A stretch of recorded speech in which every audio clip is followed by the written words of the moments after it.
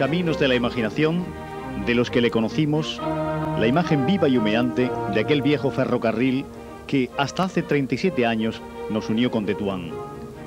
Los nostálgicos, cuando transitamos por los jardines de las puertas del campo, aún nos parece adivinar cómo, si a través de ellos, igual que antaño, fuese a aparecer ante nosotros la histórica locomotora C1 de la línea, aquella a la que se le puso el nombre Ceuta o a cualquiera de sus 13 compañeras gemelas.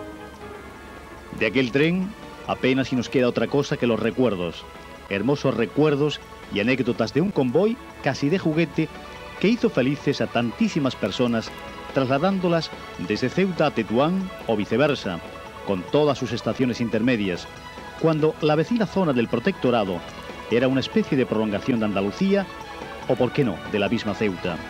Partidos de fútbol, ferias, bailes, excursiones escolares, desplazamientos a cualquiera de las vecinas playas, viajes de placer, de negocios. Aquel tren hacía las veces de nuestro automóvil de hoy, solo que de una forma más divertida, más romántica y fantasiosa.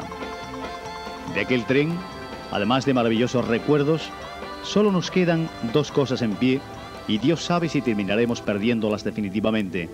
Dos importantísimas reliquias como son la estación y la primitiva locomotora. Fabricada en los Estados Unidos, la C1 llegó a esta tierra en 1918.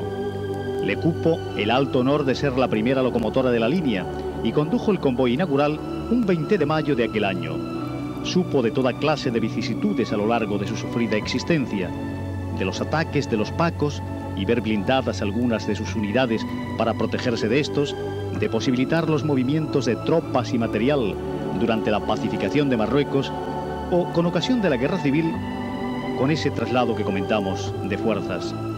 Nuestra histórica locomotora, al igual que sus hermanas gemelas, se vio también obligada a alimentar sus calderas durante larguísimos periodos con cepas leñosas en lugar de bloques de antracita, como consecuencia de la escasez de carbón en épocas de conflictos bélicos, al precio, claro está, de sufrir gravísimas averías. Hace algo más de 20 años, el Estado subastó el amplio arsenal de chatarra que constituían los restos de piezas, maquinaria, talleres y vagones corroídos por la herrumbre y maderas alabeadas por la lluvia, hasta entonces todavía alineados en sus andenes en toda esa zona que ven en sus pantallas y que se extendía desde los pabellones de la Junta Obras del Puerto hasta el Jardín de la Argentina. Todo se lo llevó el adjudicatario. Hierros Garfer se llamaba, por cierto, esta empresa. Todo menos la locomotora C1, que se cedió al ayuntamiento como una especie de homenaje a esta ciudad, cuna de aquel ferrocarril. El objetivo era el de exponerla en un lugar público, como recuerdo a nuestro tren. Han pasado más de 20 años de aquello y hasta la fecha. En principio se pensó ubicarla en el Jardín de la Argentina por su vecindad e historia con la estación, pero aquello se olvidó para siempre. Y no precisamente porque no haya habido personas que insistieran en el tema, tales como el cronista oficial de la ciudad, José García Cosío, quien se dirigió reiteradamente ante las distintas corporaciones que han ido sucediéndose desde entonces con reiteración. Proyectos y más proyectos, pero lo cierto es que el viejo artilugio mecánico fue quedando condenado al olvido, condenado por nuestra peculiar indiferencia ante tantas cosas de la tierra. Hace 45 años, nuestra locomotora Ceuta entró en este hangar por última vez. Desde entonces, ya no volvió a salir más de él. Sus graves averías y la entrada en funcionamiento de los automotores en 1956 la dejaron sumida en un largo y definitivo letargo. El hangar se tapió y casi nos olvidamos de ella. Un año, Pepe Garzón hizo aquí las carrozas de feria y nos volvimos a acordar de su existencia. Pasaron las carrozas, se cerró aquello y vuelta a lo mismo. Cuando se marcharon los vecinos que vivían junto al hangar, los vándalos de turno derribaron el muro que la aislaba del exterior y comenzó el desmantelamiento. Una pena. El óxido, la rapiña y los rigores de la intemperie han puesto en peligro su conservación. Por ella, por la locomotora, se ha interesado el Museo Nacional Ferroviario. Incluso en Tetuán hemos leído que la quieren para colocarla delante de su remozada estación, tal y como antes se interesó también el Museo de Rabat por ella. de fabricación alemana, ni siquiera está catalogada. Vino junto a otras 6 gemelas desde los Estados Unidos, quedando todas ellas durante algún tiempo en el puerto de Cádiz al no encontrarse el barco apropiado que las pudiera conducir definitivamente hasta Ceuta. Pesaba 50 toneladas y era una máquina tender tipo 131 con 3 ejes acoplados y contaba con frenos de vacío y dinamo para producir el alumbrado. De la rapiña de estos últimos tiempos, de la desidia, de su restauración, de sus anécdotas y de algo más de su historia y lo que representó esta locomotora y nuestro ferrocarril, hablaremos dentro de unos momentos. Pero al hablar de la locomotora hay que hacerlo también con la estación en la que ésta se encuentra y sobre cuyos terrenos se construirá un complejo de viviendas cuyas obras de replanteo se han iniciado ya. La estación, todos lo saben, la estación está en ruinas. Desde que se fueron sus últimos moradores, el edificio se convirtió en un nido de drogadictos e indocumentados que incluso llegaron a asentarse en el depósito que abastecía de aguas a las locomotoras. No sabemos cuál de los dos abandonos habrá sido más triste. Lo cierto es que una parte de nuestra historia más reciente la estamos dejando caer a pedazos.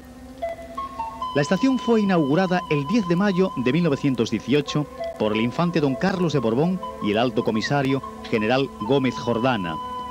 Permaneció en funcionamiento hasta el año 1958, cuando fue suspendida definitivamente la línea a raíz de la independencia de Marruecos. Poco antes, el edificio fue transformado para que sirviera de viviendas a familias modestas. Como tal, así permaneció, hasta que su estado ruinoso aconsejó el desalojo definitivo de sus moradores. En estos terrenos se proyectó en 1971 un polideportivo que nos vendieron a bombo y platillo y del que nos fuimos olvidando, como tantas cosas en este pueblo, con el paso del tiempo. Posteriormente, mediada la década de los 70, los terrenos de la estación sirvieron para acoger a la Feria de Agosto. Incluso hasta hubo sitio para situar una plaza de toros portátil que se ubicó próxima a los jardines de la Argentina. Afortunadamente, el proyecto de la construcción de 442 viviendas en la zona, que ese sí que parece que va en serio, contempla también la rehabilitación del edificio de la estación, algo que no figuraba en un proyecto similar para la zona redactado con anterioridad. Merece la pena salvar el edificio, tal y como se ha llevado a efecto en Tetuán con la estación terminal de la línea, o mejor aún, como ha hecho también el propietario de los pulpos, Juan Rodríguez, con lo que fue la estación de Miramar, la primera de la línea, en la que se detenían todas las expediciones ferroviarias por espacio de algo más de un minuto. Allí, la construcción de las viviendas que se levantan en el lugar respetó la estación, una estación, por cierto, cuyo derribo contemplaba uno de los proyectos primitivos, así por las buenas. Viviendas, progreso, patrimonio histórico y pasado son compatibles cuando se perfilan con cariño. El mismo cariño que ha llevado a la familia Rodríguez a restaurar por su cuenta y riesgo este hermoso edificio que viene a embellecer el conjunto sin que nadie les haya ayudado con una sola peseta. Ahí pueden ver cómo ha quedado esta estación, en cuya restauración se ha procurado mantener sus líneas arquitectónicas originales y la decoración con los motivos ferroviarios que han podido recuperarse. Así esperamos ver a nuestra vieja estación de la Avenida de Madrid algún día, como auténtico patrimonio histórico que es de la ciudad. Como poco a poco, aquello, desde que se marcharon las familias que vivían allí, los daños han sido verdaderamente considerables. Últimamente la rapiña, el bandidaje, allí se ha hecho de todo, se está viniendo abajo. Pero para esa estación hay un proyecto, hay un proyecto precisamente que nos ha dicho el director provincial del MOPU, al que no hemos invitado aquí, lógicamente, hasta que esto vaya un poco más concretado para un próximo programa, podía venir. Pero hay un interesante proyecto para restaurar esa estación. Vivienda sí, pero estación también. Afortunadamente, lo que no contemplaba el primer proyecto. Esta estación es un lujo, señores. Juan Rodríguez. Ahí se podía hacer, ¿qué haría usted ahí, Juan? Porque luego va a salir la maravilla que ha hecho usted el Almadraba. ¿Ahí qué se podía hacer, Juan? ¿Qué se le ocurre? Pues, estando como estaba, una maravilla, como era. Eso era una cosa preciosa. Eso eran los andenes. Seguro que se acuerdan ustedes, más de una vez se han subido ahí a coger el tren, ¿no? Ahí estaba la campanita de viajeros al tren, justamente delante, y el reloj, parece que estamos viendo, Y la bandera. Y cuando llegaban los trenes, las bateas cargadas de mercancía para Tetuán, que venía. Porque esa es la segunda parte, Juan, la mercancía. Aquello era divino, hombre. Aquello era el progreso ya de Tetuán. Cuando llegaba Artén a Tetuán y cogieron un cañón, lo contaba mi cuñado, y en el Monte Jorge en Tetuán. En el Monte Jorge. No, en el Georges. Cogieron un cañón y al cabo prisionero. Ah, bueno, sí, perdón. Esa es una historia muy curiosa que se narra por todos los historiadores, sobre todo los americanos. Y es justamente la historia de los disparos que hacía precisamente Azelcrin. No Azelcrin el Jardani, Azelcrin otro rebelde, contra la población de Tetuán. Y entonces dice la tradición, y probablemente sea falso. Mi cuñado lo comentaba, actualmente, que un prisionero cristiano le habían tomado como artillero los árabes para que disparase a Tetuán, que como era cristiano no llegaba nunca. Mentira. Siempre no miraba. llegaba nunca porque no llegaban los cañones. Y se acabó la historia. No llegaba. Perdón, tenemos una nueva llamada telefónica. Rogamos brevedad en las llamadas para así dar paso al mayor número de ellas. Buenas noches. ¿Sí? Sí, le oímos. Cuando usted quiera, por favor. Ricardo. Sí. Mira, para decirte que la máquina esta que estáis poniendo ahí en la tele, la 1 y la 5 y la 6, esa la he llevado yo también. ¿Sí? Pues, pero no de maquinista, sino que mi padre era maquinista. ¿Su padre era maquinista? Mi padre era maquinista. Sí. Mi padre era Duarte. Manolo. Duarte, precisamente, hombre, ha salido ahí el hijo. Mira, esta máquina la llevaba yo porque esa mi que padre... estamos viendo, si no recuerdo yo mal, ¿es la 6 La o 6, es la 8? es la 6. Esa es la 6. Porque me acuerdo de la fotografía cuando ¿Te acuerdas de la foto? Ricardo. Sí, Mi dime, padre Manolo. paraba aquí en la estación para llevarla a nosotros la comida, le iba con un portaviandas. Sí. Entonces paraba y cuando el revisor tocaba la campana, era jefe de estación, yo cogía, arrancaba la máquina, la echaba un poquito a andar y con la misma, ¡pum!, me tiraba en marcha. Sí. Y otra vez, mi tío se tiene que acordar de esto. Sí. Llegaban los legionarios allí, Arbán, y venían los moros vendiendo huevos. Y me acuerdo aquello, siempre lo tengo en la memoria, que llegaban los moros y decían, mira, el huevo este vale 2 reales. Y el legionario le decía, yo te doy una peseta. Y el legionario empezaba a partir huevos y salía una peseta. Y partía otro huevo y salía otra peseta. Y el moro decía, mira, Jai, ya no vende más huevos, ¿eh? Ya estos huevos ya tenés que encargarlos y ya yo no puedo venderlos. Y el moro se liaba a partir huevos y allí vaciaba el canasto de huevos y no salía ni una peseta. Precisamente un estudio, se le va a encargar al ejército por aquello de la estrategia, un estudio sobre una posibilidad de unión de Ceuta con Río Negro. Ya en el año 12 el ejército piensa, y digo el ejército porque la locomotora, la línea, fueron en principio militares, por lo menos estaba metido el estamento militar, se necesitaba el permiso del ramo de guerra, etcétera, etcétera.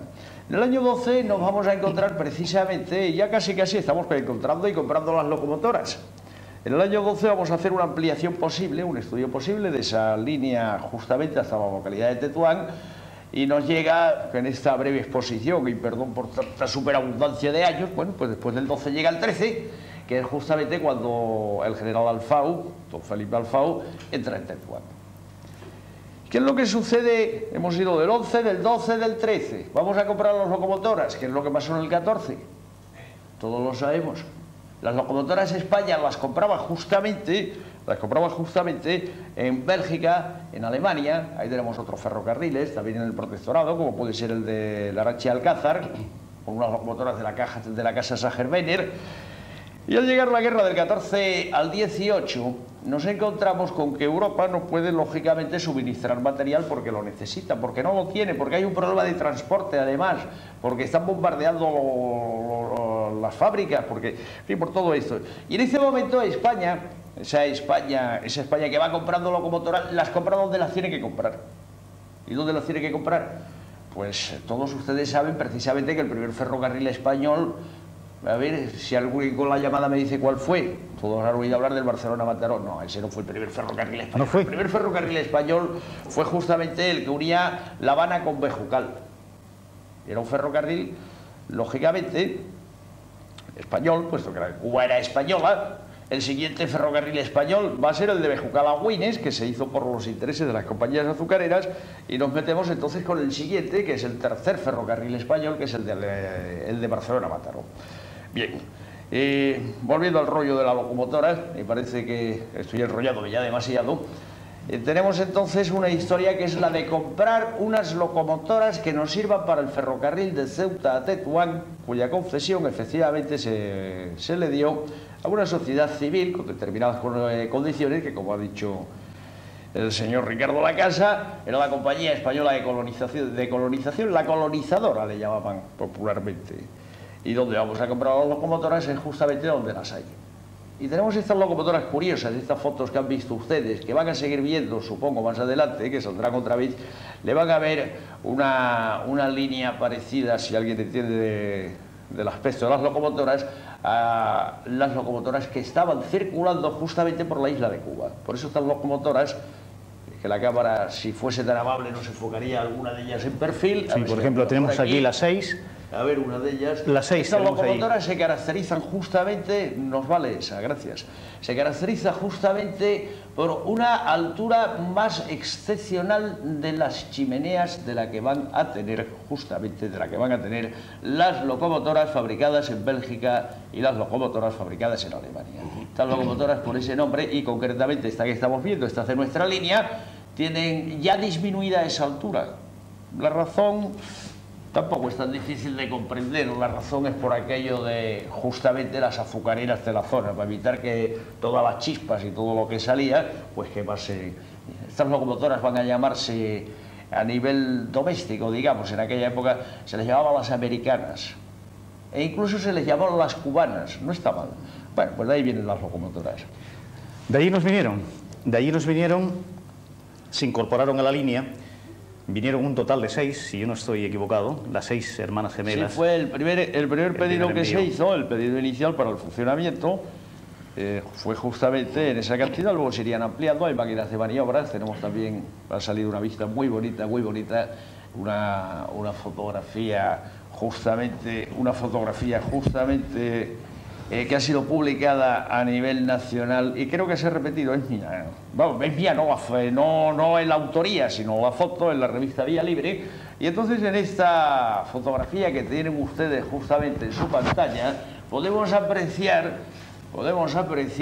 en el centro de la imagen, ahí donde tienen ustedes, las locomotoras de la primera serie. Muy probablemente esta que está justamente en este punto que ven ustedes aquí, esta que está en el depósito de máquinas, esta es probablemente la número 1. Fíjense ustedes que cada locomotora va colocada por un numerito, aquí carecen de él, es el que hemos visto antes, en el frontal de la locomotora. Estas van a seguirse con una serie de locomotoras. Esta que ven ustedes aquí, muy bonita, es una pequeña locomotora de maniobras, que no quiere decir absolutamente nada lo de maniobras, puesto que sirve también evidentemente para arrastrar a trenes. Tiene el número 13 y es un número distinto. En efecto, evidentemente, este primer pedido van a ser todas ellas gemelas. Con una particularidad, estas locomotoras que, tal como se ha dicho en la presentación, se van a definir por una serie de clasificaciones, la ORGAP, etcétera. Está la 131, que significa una rueda, 3 motrices y otra detrás. Bueno, pues muy bien. O puede ser un tipo Prado. Pero nuestras locomotoras eran más importantes, tenían nombre propio. Y el nombre propio de las locomotoras se le va a dar justamente, en el lateral de la locomotora y en el número de la serie, que concretamente estamos hablando de una pieza única, que es la locomotora número 1, que fue la que hizo el viaje de Ceuta a Tetuán. Viaje inaugural, estamos hablando. 1, ven ustedes en el lateral otra vez, ven ustedes justamente, cuando nos salga en la televisión, el año en que se puso en circulación y siguiendo los bordes de la locomotora, ven ustedes con una claridad enorme la compañía que lo fabricó. La locomotora de la compañía americana. Es una locomotora efectivamente americana. Bien, Joaquín, esta es la exposición técnica de una persona que se podía tirar hablando horas y horas de la locomotora, porque los estudios y el material que tiene es inmenso, aparte de los contactos y las charlas y publicaciones que ha hecho sobre ellas. Número 1.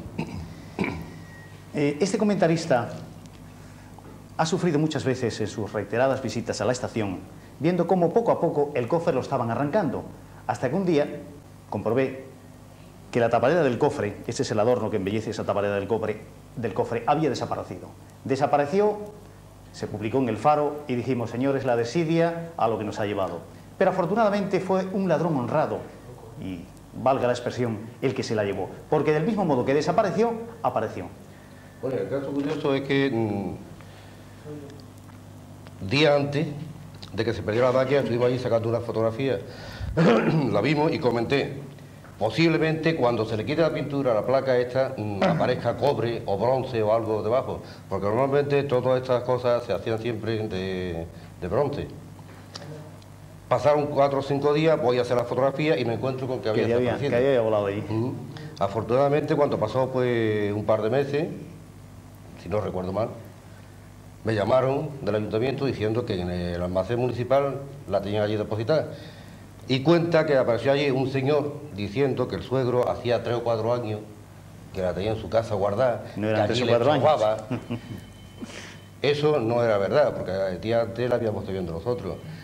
Lo que se supone, vamos, al menos yo pienso así, que es una persona amante del tren, amante de la placa, consciente y con conocimiento de lo que eso supone, y la quitó de allí para guardarla, esperando una ocasión propicia para que saliera a la luz. Bueno, Joaquín, parece que quieres apuntar algo. Venga, estamos abiertos, la tertulia es informal. Es que yo he pensado, y estoy completamente de acuerdo con el señor Vigo. Yo he pensado más de una vez llevarme la locomotora entera a mi casa, ponerla en el salón, cuidarla, restaurarla. Y yo el cofre, yo intenté arrancar el cofre y guardarlo, lo confieso públicamente. Es que daba pena porque veíamos que aquello, esta pieza, ¿cuánto pesa esto, Diego? Bueno, exactamente pesa 6 kilos, 650 gramos. Y es una joya. Y es toda de cobre, cobre macizo. La locomotora entera no podía. La locomotora no, pero por lo menos salvar lo más goloso. Y es toda de cobre. Estos son los tornillos de sujeción que van a la parte de la carátula delantera. Es toda maciza de cobre y de latón simplemente el número 1. Yo creo que esto hoy en día vale más que oro. Sí. Vale más que si fuera de Diego, oro. en su casa o en su taller. No, la tengo guardada arriba, en la parte del parque movido, donde estamos dando los cursos de formación ocupacional. Y esa es la noticia. Y tengo allí la parte esta y además la carátula, es decir, de la base donde va sujeta la base. ¿La devolvieron placa. también la base? Sí, toda completa, sí. No ha habido que fabricar ninguna pieza. No. Tenemos que fabricarle media parte de interior. Es decir, lo que cubre en realidad la tapadera, la cartera. Esa parte sí, la parte de arriba, esa la parte superior, esta se ha perdido. Es una chapa de unos 3 o 4 milímetros y esa hay que hacerla nueva. Vamos a centrarnos entonces, Diego. Hay que decir que este señor, Diego Vivo, en una escuela taller, va a ser el encargado de dirigir los trabajos de restauración, por lo menos son las noticias que desde el ayuntamiento me ha comentado pues en un par de ocasiones el concejal Fernández Medina, aunque va a ser directamente la Concejalía de Educación la que va a intervenir ahí. ¿Cómo va lo de la restauración, Diego? Bueno, pues en principio, ya lo digo, hemos recuperado la placa esta y ahora estamos soldando todo el deterioro que tiene, quitando la chapa podrida y reponiendo la parte interior. ¿Los trabajos ya de la locomotora está ahí abandonada todavía? Bueno, la locomotora todavía no está ahí abandonada, únicamente son las 4 piezas estas así que podemos recuperar, digámoslo así, y ir reparándola poco a poco, para cuando en su día haya que ponerla, pues ya tener ese trabajo adelantado. Lo satisfactorio es que ya la locomotora parece que hay algo en serio, al menos que la locomotora no se va a perder, no ha ocurrido antes, porque al menos se nota un interés que hace tiempo no se notaba. Si aquello no se ha perdido,